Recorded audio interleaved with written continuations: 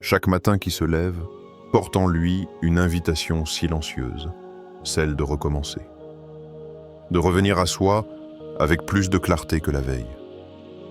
De regarder sa vie non pas comme un ensemble d'obligations, mais comme un chemin d'éveil qui se construit pas à pas, souffle après souffle. Avant même que ton esprit ne s'imprègne du rythme du monde, tu possèdes ce moment rare où tout est possible, où la direction de ta journée peut encore être façonnée par la paix plutôt que par l'automatisme. Dans la tradition bouddhiste, le matin est considéré comme un terrain fertile pour semer les graines qui grandiront tout au long de la journée. Présence, douceur, lucidité, compassion. Ce n'est pas un hasard. L'esprit est encore souple, les émotions encore légères et le cœur plus disponible. C'est un moment privilégié pour revenir à l'essentiel, pour choisir la manière dont tu souhaites habiter le monde et dont tu souhaites t'habiter toi-même. Nous avons tendance à commencer nos journées dans la vitesse, à courir avant même d'avoir pris le temps d'exister. Mais il existe une autre manière, une manière plus profonde, plus consciente, plus alignée avec ta nature intérieure. Une manière d'entrer dans la journée non pas en réaction, mais en présence. Dans cette vidéo, je vais t'accompagner pas à travers 5 pratiques bouddhistes simples et accessibles, capables de transformer ton matin et, avec lui, toute la texture de ta journée. Des gestes courts mais puissants que tu peux intégrer doucement jusqu'à ce qu'ils deviennent un rituel intime, un refuge, un espace de régénération intérieure. Que tu sois débutant dans la méditation, en quête de paix, ou simplement curieux de vivre autrement, ces 5 étapes te guideront vers un matin plus clair, plus stable, plus habité. Un matin où tu ne te contentes pas de te réveiller, mais où tu t'éveilles vraiment.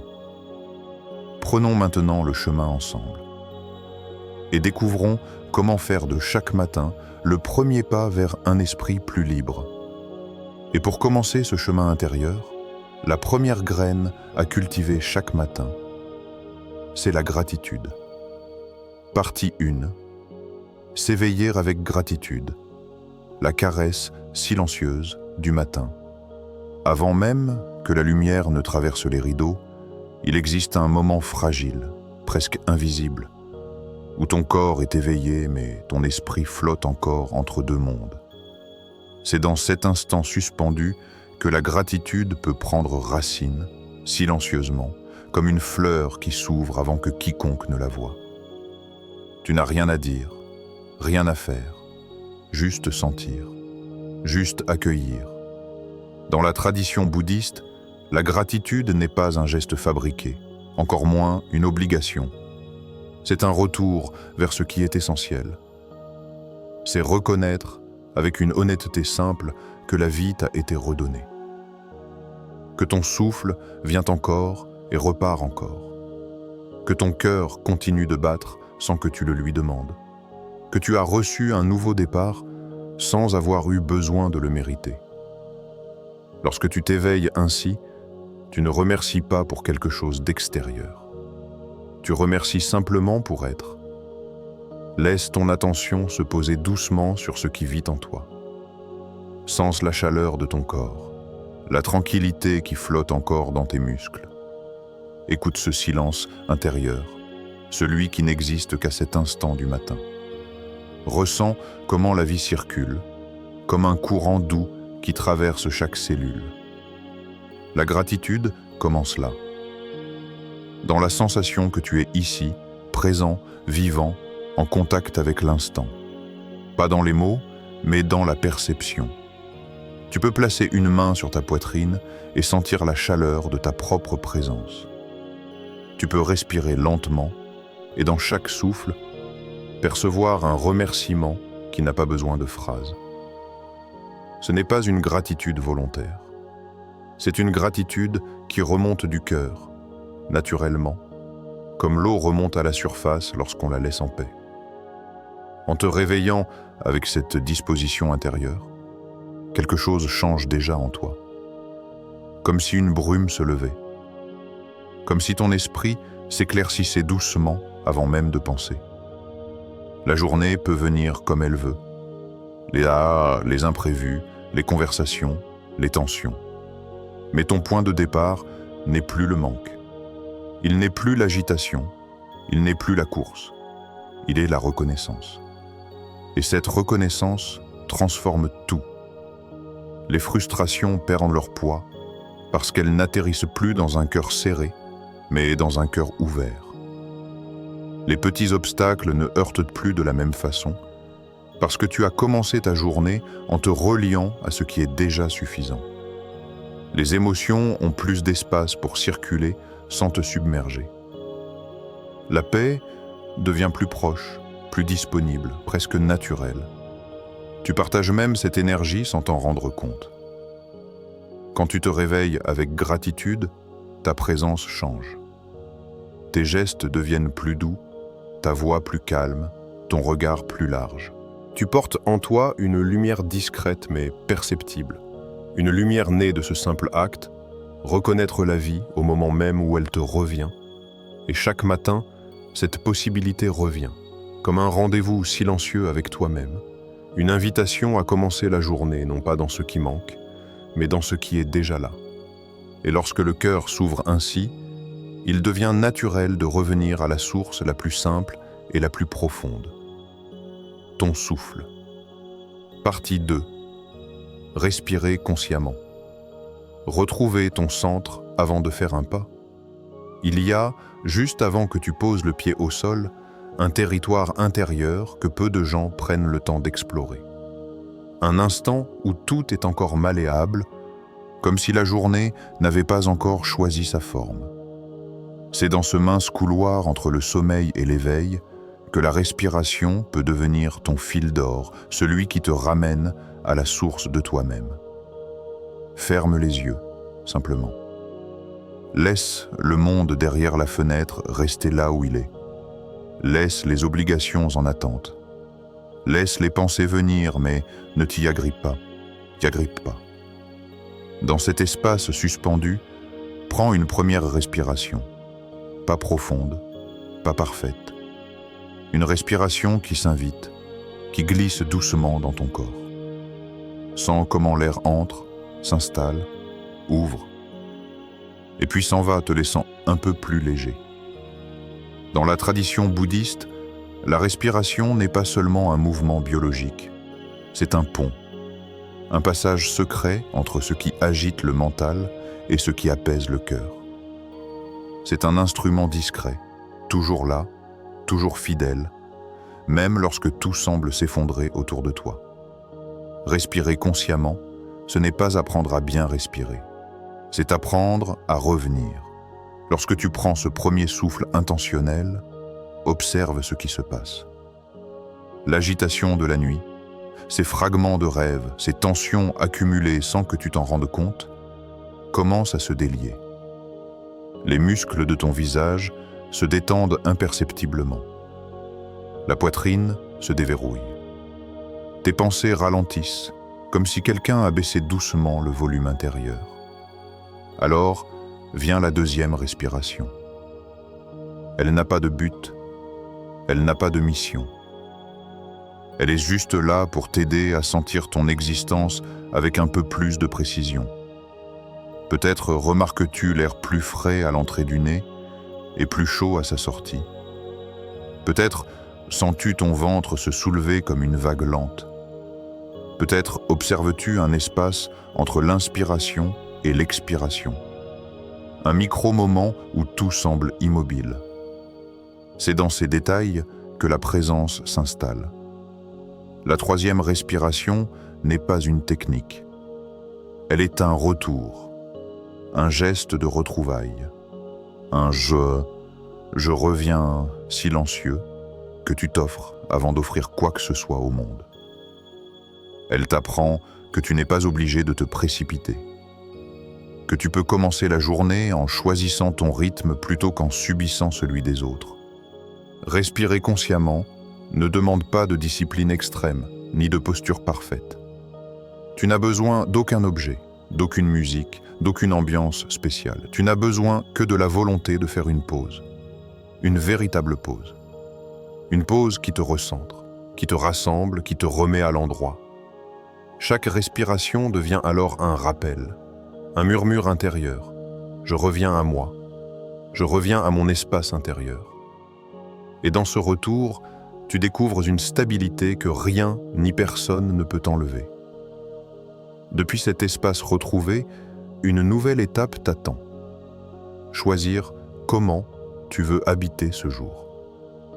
Partie 3. Poser une intention claire. Orienter ton énergie avec sagesse. Il y a un moment, juste après l'éveil, mais avant le mouvement, où la journée n'a encore aucun visage. Tu es là, dans un espace neutre, un entre-deux où rien n'est encore décidé. C'est un instant précieux, un instant que beaucoup traversent sans le voir, mais qui peut devenir l'un des plus puissants de ta journée si tu acceptes de t'y arrêter. Avant que le monde ne t'appelle, avant que ton téléphone n'allume tes pensées, avant que les obligations ne se présentent les unes après les autres, il existe une question discrète qui attend que tu la poses. Comment ai-je envie de vivre ce jour? Ce n'est pas une question intellectuelle, ce n'est pas une stratégie, ce n'est pas un plan, c'est une direction, une orientation intérieure, une manière de préparer ton esprit non pas à ce que tu vas faire, mais à ce que tu vas être. Dans le bouddhisme, l'intention est comme la racine d'un arbre. On ne la voit pas, mais c'est elle qui conditionne la manière dont tout le reste va croître.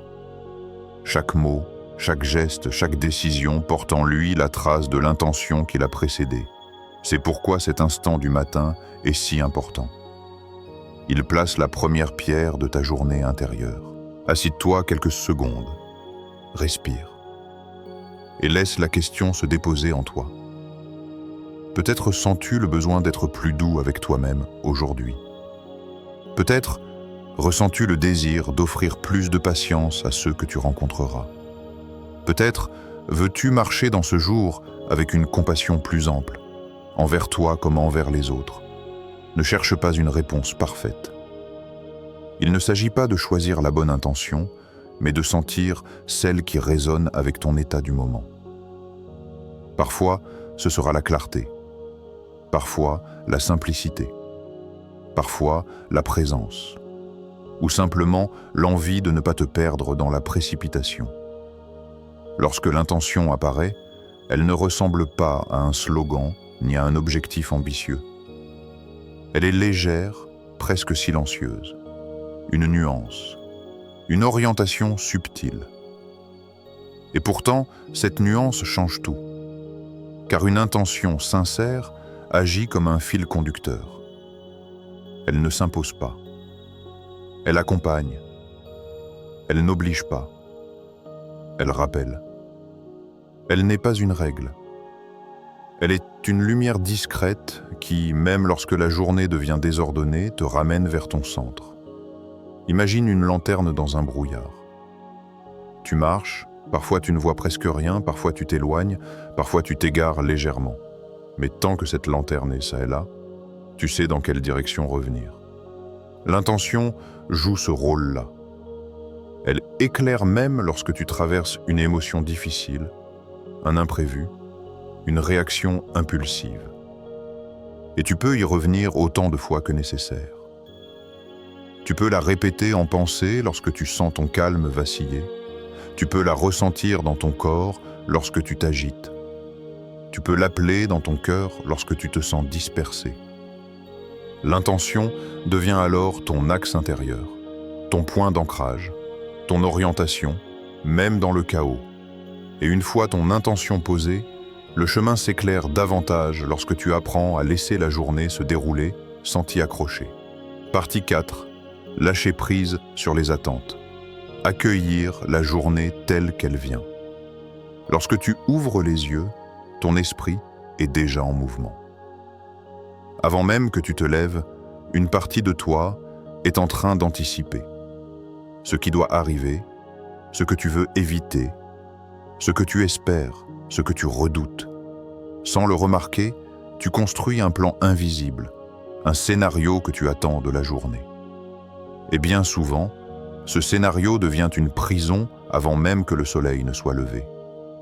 Le bouddhisme nous enseigne que ce n'est pas la réalité qui nous blesse, mais la différence entre la réalité et ce que nous avions imaginé.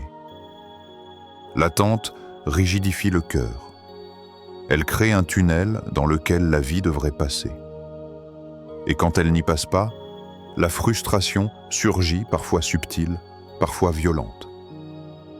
Pourtant, chaque matin, tu as la possibilité d'ouvrir cet espace intérieur et de laisser la journée exister sans la forcer à ressembler à ce que tu avais prévu. Imagine un instant commencer ton matin sans demander à la vie d'être parfaite, sans exiger que tout se déroule comme tu l'as imaginé. Juste observer ce qui se présente, comme si tu étais en train de regarder un paysage se dévoiler sans vouloir le corriger. Cet état d'accueil change radicalement la manière dont tu ressens chaque événement. Non pas parce que tout devient facile, mais parce que tout devient possible. Lâcher prise, ce n'est pas renoncer. Ce n'est pas abandonner tes projets ou effacer tes désirs. Lâcher prise, c'est laisser de l'espace entre toi et ce que tu espères. C'est dire « je ferai ma part, mais je ne vais pas me déchirer si les choses prennent une autre forme ». Cette souplesse intérieure est l'une des forces les plus profondes du chemin bouddhiste. On compare souvent l'esprit souple au bambou. Il plie, mais il ne rompt pas. Il accepte le vent, mais ne se laisse pas emporter par lui. Il revient toujours à sa place, non parce qu'il est rigide, mais parce qu'il est vivant. Toi aussi, tu peux être ce bambou. Tu peux avancer avec la vie sans lutter contre elle.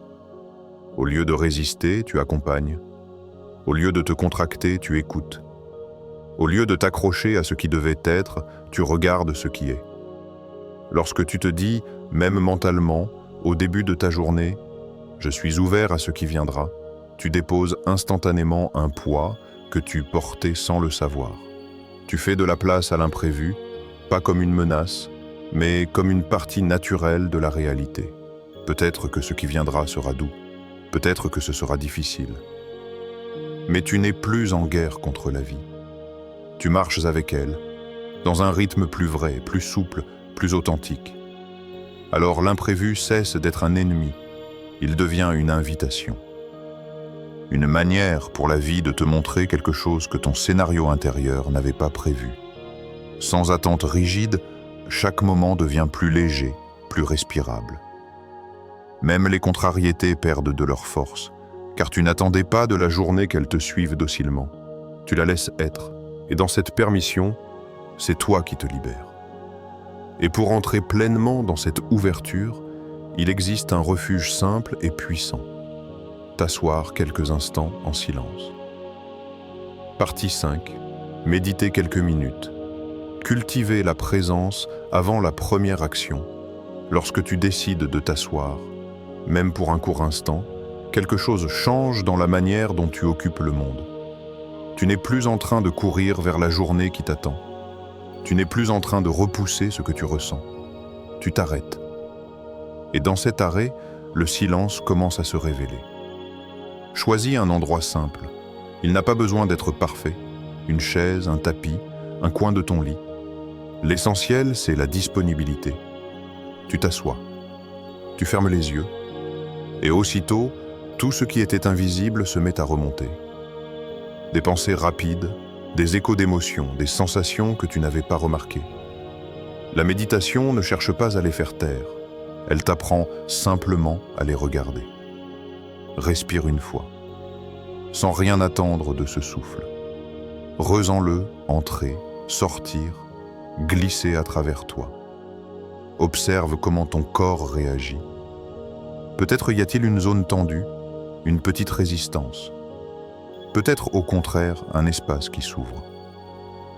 Tu n'essaies pas de modifier quoi que ce soit. Tu observes. Tu laisses être. Dans les enseignements bouddhistes, on ne médite pas pour devenir quelqu'un d'autre. On médite pour revenir à ce que l'on est, au plus près, sans masque, sans tension imposée.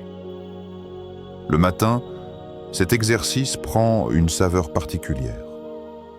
L'esprit n'est pas encore saturé, les émotions ne se sont pas encore accumulées. C'est comme si tu entrais dans une pièce encore intacte, que personne n'a touchée depuis la veille. Reste là. Quelques secondes, quelques minutes. Le temps s'étire quand tu n'essaies plus de le contrôler. Les pensées vont et viennent, parfois rapides, parfois lentes, parfois envahissantes. Plutôt que de les repousser, regarde-les comme des nuages qui traversent un ciel très vaste. Elles n'ont pas besoin de disparaître pour que tu sois en paix. Elles ont seulement besoin que tu cesses de t'y accrocher. Petit à petit, tu remarques un changement subtil. Ce n'est plus le monde qui t'emporte, c'est toi qui observes le monde. Même les bruits autour de toi, une voiture, une voix, un oiseau, cessent d'être des interruptions. Ils font partie de la toile sur laquelle ton attention se dépose. Tout peut exister sans que tu sois obligé de réagir. La méditation du matin t'offre un terrain stable avant que la journée ne commence à se dérouler. Ce terrain n'est pas fait de certitude ni de maîtrise. Il est fait de présence. Une présence qui te permet de sentir les choses avant d'y répondre. Une présence qui te garde aligné même lorsque les événements deviennent brusques. Une présence qui ne s'impose pas mais qui tient bon, comme une respiration intérieure que rien ne peut retirer. Quand tu t'assois ainsi, tu redécouvres que tu possèdes un refuge toujours accessible. Un refuge qui n'est ni un endroit, ni une idée, ni une technique complexe.